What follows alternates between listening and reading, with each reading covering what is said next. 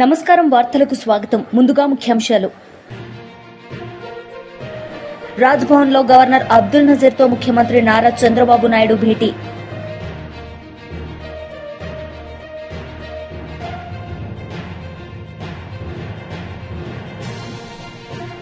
MLA అనంత Venkatramireddy media సమావేశం. పలు అంశాలపై వివరణ. రాజ్భవన్లో గవర్నర్ అబ్దుల్ నజీర్తో ముఖ్యమంత్రి నారా చంద్రబాబు నాయుడు భేటీ అయ్యారు. ఈ సందర్భంగా ఆయన మాట్లాడారు. డీజీపీ హరీష్ గుప్తా గారు, ఈ కార్యక్రమానికి వచ్చిన మిత్రులందరికీ నా నమస్కారాలు. ఈరోజు మనం అందరం కూడా నేషన్ ఫస్ట్, దేశం మొట్టమొదటిసారిగా మనం కాపాడుకోవాల్సిన అవసరం ఉంది.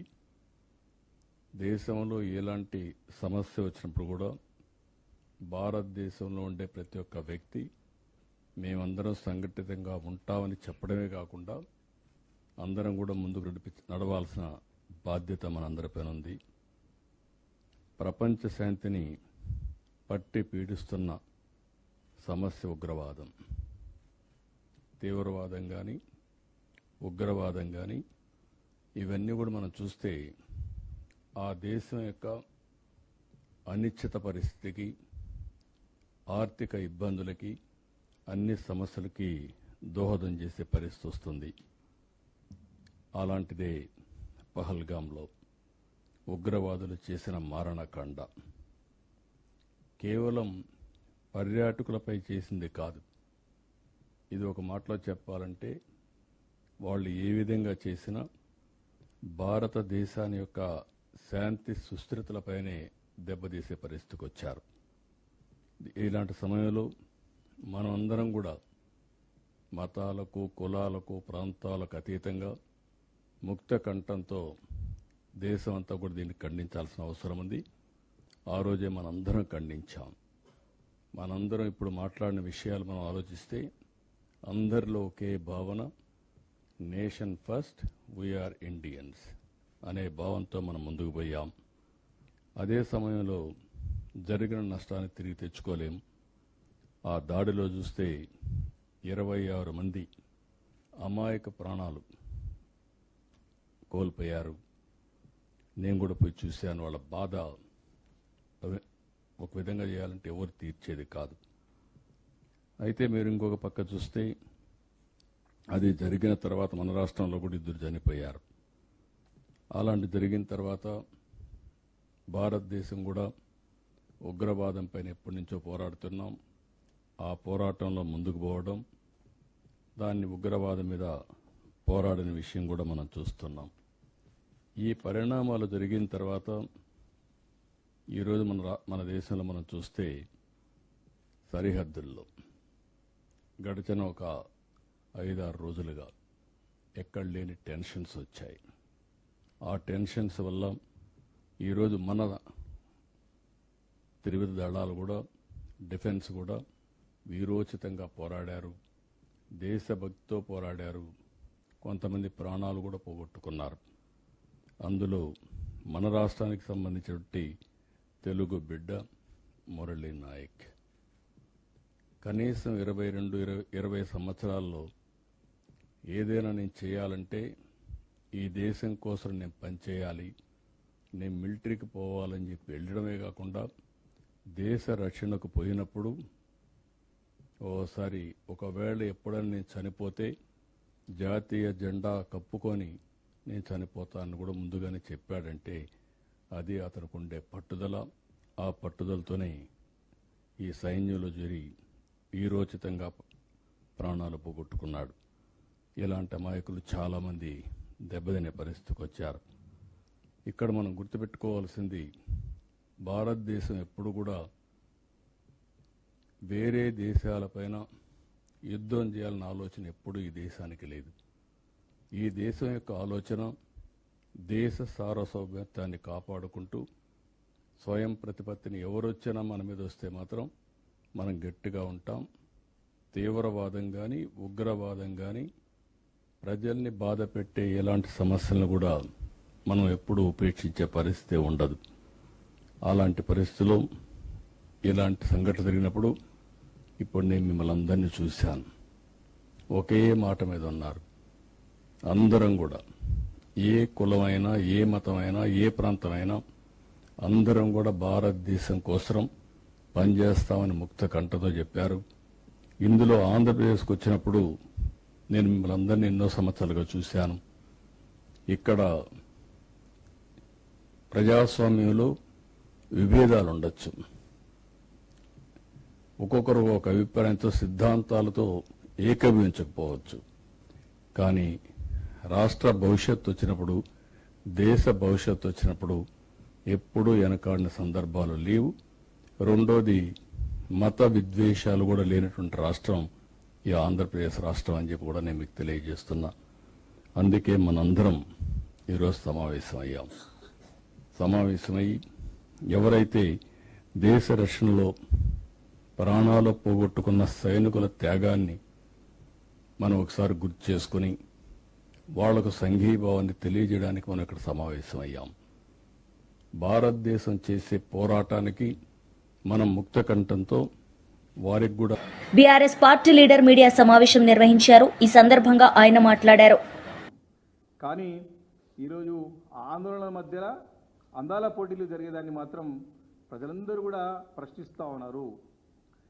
అందరూ కూడా వేలెత్తి చూపుతా ఉన్నారు. దేశమంతా కూడా మరి మన వైపు చూస్తూ ఉంది. కాబట్టి ఒక్కసారి దీని గురించి ఆలోచన చేసుకోవాలా. ఎప్పుడు కూడా ప్రభుత్వం అనేది అధికారంలో ఎవరున్నా సరే మననం చేసుకోవాలా. మనం చేస్తుంది కరెక్టా రాంగా, ఏ డైరెక్షన్ రాష్ట్రం ఏ డైరెక్షన్లో పోతుంది, ఏ దారిలో పోతుందో చూసుకోవాలా. రాష్ట్ర పరిస్థితి ఏమో కుర్చీని చేతిలో రాయలేక రాష్ట్ర పరిస్థితి అయిపోయింది ఈరోజు. కాబట్టి రాష్ట్రానికి ఉన్నటువంటి ప్రభుత్వం సలహాదారులు కానీ, మేధావులు కానీ ముఖ్యమంత్రి గారికి సరైన సూచనలు సలహాలు ఇవ్వాలని చెప్పి బీఆర్ఎస్ పార్టీ మరి కోరుతా ఉంది. అదేవిధంగా ఈరోజు చూసినట్టయితే దేశవ్యాప్తంగా ఉన్నటువంటి సిఆర్పిఎఫ్ బలగాలన్నింటినీ కూడా కేంద్రం వెనక్కి రప్పించుకుంటుంది. సెంట్రల్ రిజర్వ్ పోలీస్ ఫోర్స్ ఏమైతే ఉంటుందో వారందరినీ కూడా వెనక్కి పిలిపించుకొని మరి అందరూ అలర్ట్ ఉండే విధంగా మరి కేంద్రంలో ఉన్నటువంటి మరి ఒక డిఫెన్స్ డిపార్ట్మెంట్ కానివ్వండి, హోంశాఖ కానివ్వండి, వారికి అడ్వైజ్ ఇస్తూ మరి వారిని చూస్తూ ఉన్నాం. ఈరోజు పొద్దున కూడా సమాచారం వచ్చి న్యూస్ చూస్తూ ఉన్నాం. కగార్ ఆపరేషన్ కూడా మరి తాత్కాలికంగా నిలిపివేసి వారి సిఆర్పిఎఫ్ బలగాల్ని వెంబడే రావాలని చెప్పేసి ఆదేశించినట్టు ఇప్పుడే వార్తలు చూస్తూ ఉన్నాం. అదేవిధంగా వీరేమో అధికారులు, భద్రతా సిబ్బంది, వారితో పాటు ముఖ్యమంత్రి గారు మొత్తం కూడా ఈ మూడంచెల భద్రతా సిబ్బందిని ఏర్పాటు చేసి రాష్ట్రం మొత్తం కూడా ఈ అందాల పోటీల గురించి ప్రచారం చేస్తామని చెప్పి ప్రభుత్వం చూస్తూ ఉంటే మరి ప్రభుత్వంకి ఆలోచన ఉందా మరి లేదా? భద్రత అవసరం ఉందని చెప్పేసి మరి అక్కడ పైనుండి అందరూ కూడా పిలిపించుకుంటా ఉంటే, అందరూ కూడా అక్కడ రాపిస్తూ ఉంటే వీరేమో భద్రతను కల్పించి మరి మేము కేంద్ర మంత్రి కిషన్ రెడ్డి మీడియా సమావేశం నిర్వహించారు. ఈ సందర్భంగా ఆయన మాట్లాడారు. దేశం యొక్క జరుగుతున్నటువంటి అభివృద్ధిని అడ్డుకోవాలని అనేక సంవత్సరాలుగా పాకిస్తాన్ ప్రయత్నం చేస్తూ ఉంది.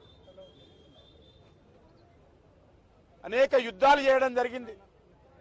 వేలాది మంది భారత సైనికులను, భారత సిటిజన్స్ ను కూడా ఏ రకంగా కిరాతకంగా హత్య చేసిందో మనకు తెలుసు.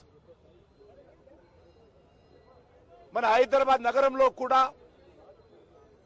మన సచివాలయం ఎదురుగా లుంబిని పార్కులో, కోటిలో, గోకుల్ చాట్ బండార్లో, దిల్సుఖ్ నగర్లో, సాయిబాబా టెంపుల్లో కూడా పాకిస్తాన్ ఉగ్రవాదులు ఏ రకంగా మరి ఆ రోజు అనేక వందల మందిని పొట్టన పెట్టుకున్నారో మనకు తెలుసు.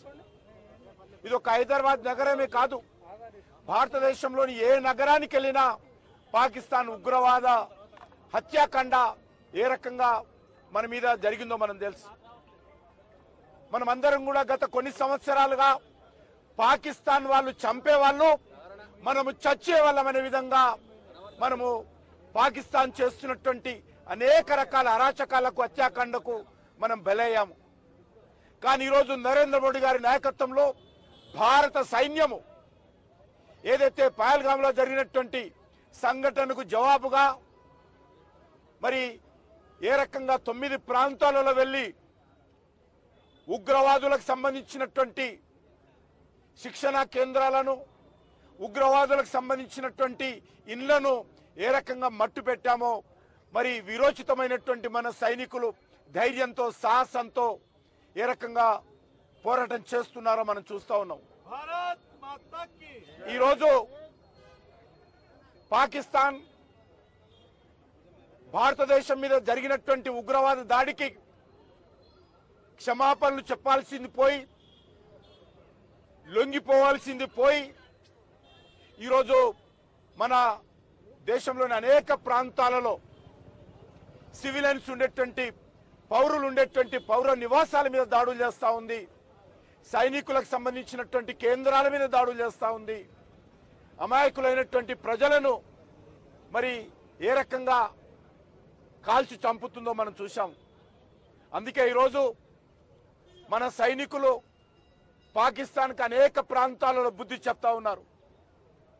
ఎమ్మెల్యే అనంత వెంకటరామిరెడ్డి మీడియా సమావేశం నిర్వహించారు. ఈ సందర్భంగా ఆయన మాట్లాడారు. నిధులు కావాలని చెప్పేసి నేను ప్రత్యేకంగా అందరికి కూడా మనవి చేస్తున్నాను.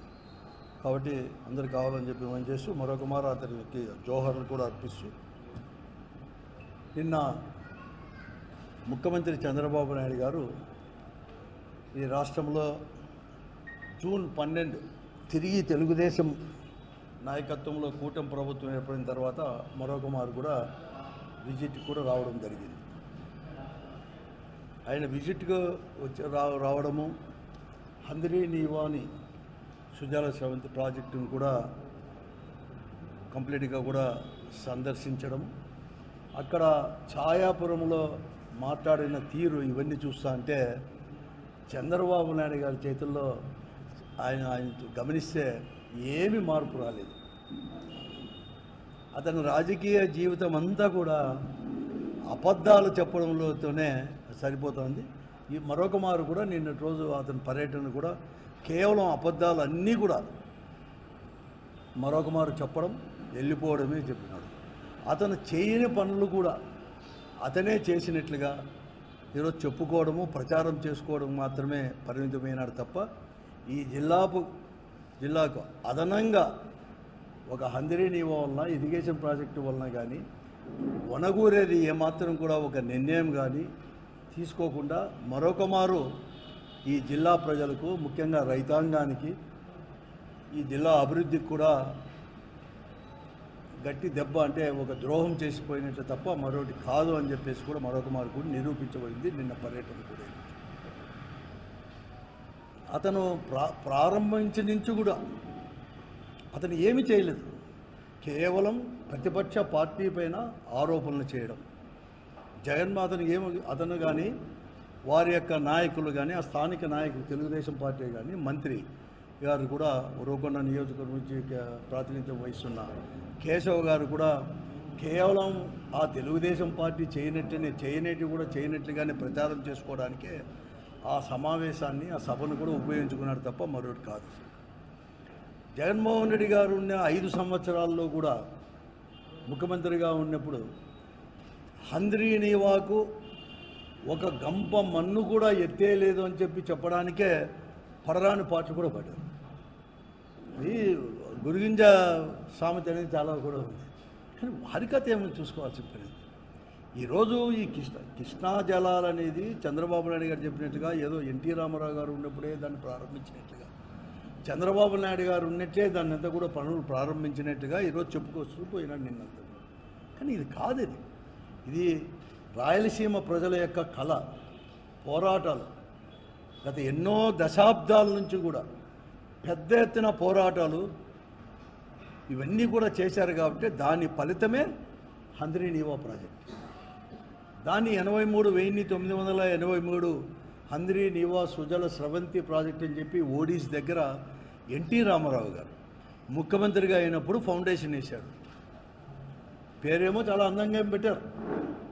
కానీ ఆయన ఉన్నంతవరకు కూడా ఎక్కడ కానీ పనులు మాత్రం ప్రారంభం కాలేదు. 89 వరకు కూడా ఎక్కడ కానీ పనులు కూడా ఎక్కడ కానీ హంద్రీ నీవా సుజల పేరు ఫౌండేషన్ వేసినాడు. కానీ 83లో ఎక్కడ కానీ ఒక అడుగు కూడా ముందుకు వేయలేదు, ఒక గంప మన్ను కూడా తీవలేదు.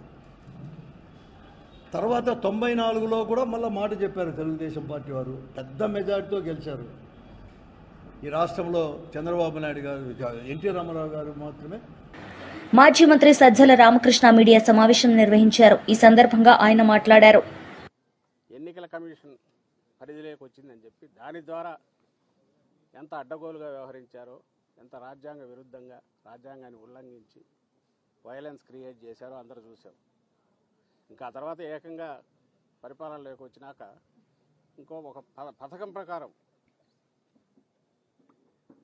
అంటే అది రాసుకోవడం, నువ్వు సంతకం పెడతావో లేదో, వచ్చిన వాడికి అక్కడ ఉండకపోయినా కేసు పెట్టడం, మేజిస్ట్రేట్ దగ్గర తీసుకోవడం, రిమాండ్కి పంపించడం, ఆ తర్వాత ఇంకోటి ఏదో పెట్టడం. దానికి ఆ టైంలో ఎవరైతే నిందితుడిగా వీళ్ళు పెడుతున్నారో వాళ్ళు అక్కడ ఉండడం అవసరంలా, లేదా రాయించిన వాడు ఎవడో వాడికి పరిచయం కూడా అవసరంలా. కేవలం ఈ నిందితుల మీద చంద్రబాబు గారి దగ్గర మొదలు పెడితే కింద వరకు స్థానిక నాయకుడి వరకు ఎవరికైనా కోపం ఉంటే చాలు, అది వ్యక్తిగతమైన కావచ్చు, ఇంకో రకమైనదా కావచ్చు, పెట్టు కేసు ఎత్తి ముందు లోపల పడి వేల మంది అవుతున్నారు. మరి మొన్న మళ్ళీ మాకు కావాలి అప్పుడు ఎమ్మెల్యేగా, అప్పుడు ఎప్పుడుదో పాతది కంప్లైంట్, మా హయాంలోనే కంప్లైంట్ ఇచ్చారు టీడీపీ వాళ్ళు ఎవరు, దాన్ని ఇప్పుడు ఓపెన్ చేసి 307 పెట్టి ఆయన మీద ఒక కేసు పెట్టారు. నిన్నటికి రాత్రి ఇప్పుడే ఇంతకుముందే తెలిసింది, కంతేరు మా పార్టీ ఎంపీటీసీ ఎస్సీ మహిళ, ఐ థింక్ రాత్రి అర్ధరాత్రి అయిన తర్వాత అనుకుంటున్నాను, తెల్లవారుదామున 3 గంటలకు వెళ్ళి ఆమె దుస్తులు మార్చుకుని వస్తాను, నైటీలో ఉన్నానంటే కూడా వినకుండా బలవంతంగా 20-30 మంది వచ్చి అలాగే ఆమె నైటీలో ఉన్న ఆమెను తీసుకెళ్ళి, మహిళని కూడా చూడకుండా తీసుకెళ్ళేసి వేశారు. ఇప్పుడు ఐ థింక్ కోర్టులో పెట్టినట్టున్నారు అనుకుంటా, పెట్టబోతున్నారు. చట్టం క్లియర్గా చెప్తుంది, చీకటి పడిన తర్వాత కానీ ఇంకో రకం కానీ మహిళల విషయంలో ఎట్లా వ్యవహరించాలనేది క్లియర్ కట్ ప్రొసీజర్ ఉంది, ఇన్స్ట్రక్షన్స్ ఉన్నాయి, గైడ్లైన్స్ కూడా కాదు, స్పెసిఫిక్ ఉన్నాయి, సుప్రీంకోర్టు ఆర్డర్స్ ఉన్నాయి. అంటే టెర్రర్ క్రియేట్ చేస్తున్నారు, రాజ్యాంగాన్ని వాడుకొని టెర్రర్ క్రియేట్ చేయడం, వ్యవస్థీకృతమైన టెర్రర్, రాజ్యాంగం వాడుకొని మిస్యూజ్ చేసి టెర్రర్ క్రియేట్ చేయడం ఇంత పథకం ప్రకారం. ఎప్పుడో 70s లాటిన్ అమెరికన్ కంట్రీస్లో వినేవాళ్ళం నియంతల పాలనలో, అంతకుముందు ఎక్కడ జర్మనీలో అక్కడ చదువుకునేవాళ్ళం. ఇప్పుడు మోడర్న్ ఆధునికంగా తయారైన మన రాజ్యాంగం దీంట్లో కూడా దీన్ని మిస్యూజ్ చేయొచ్చు, ఎంతవరకు వెళ్ళొచ్చు అనేది చంద్రబాబు నాయుడు గారు ఆయన ప్రభుత్వం చూపిస్తున్నారు. ఈ కేసు రాత్రి చెప్తారు, అర్ధరాత్రి ఎందుకు పోవాలి, పొద్దున పోవచ్చు, నిజంగా నువ్వు కేసు ఉంది అనుకున్నా కూడా. అది కూడా జరిగింది, పిల్లలకు సంబంధించింది ఏదో జరిగింది. వీళ్ళు పెట్టిన కేసు తీసుకోలేదు, ఎస్సీ కేసు పెట్టి అటువైపు నుంచి పెట్టిన వాళ్ళ కేసు మాత్రమే తీసుకొని వీళ్ళని అరెస్ట్ చేసి తీసుకెళ్ళారు. న్యాయాలు పక్కన పెడితే ఒక మహిళతో ఎట్లా డీల్ చేయాలనేది కూడా చేయలేదంటే వీళ్ళు ఎక్కడికి దిగజారిపోతున్నారు. కేవలం ఒక రౌడీలు ఎట్లా బిహేవ్ చేస్తారో, మేము ఇదిగో దౌర్జన్యం చేస్తామనే విషయం తెలిసి భయపడాలి మీరందరూ అని చెప్పడానికే ఇవన్నీ చేస్తున్నారేమో అని అనిపిస్తుంది. మా నాయకుడు చెప్తున్నట్టు కాలం ఎప్పుడు ఇలాగే ఉండదు. ఈ పద్ధతిలో జగన్మోహన్ రెడ్డి గారు పోయింటే అసలు ఐ డోంట్ థింక్ ఇప్పుడు తెలుగుదేశం పార్టీ అనేది ఇలా ఉండేదని కూడా అనుకోవట్లేదు. వార్తలు ముగించే ముందు ముఖ్యాంశాలు మరోసారి. రాజ్భవన్లో గవర్నర్ అబ్దుల్ నజీర్తో ముఖ్యమంత్రి నారా చంద్రబాబు నాయుడు భేటీ.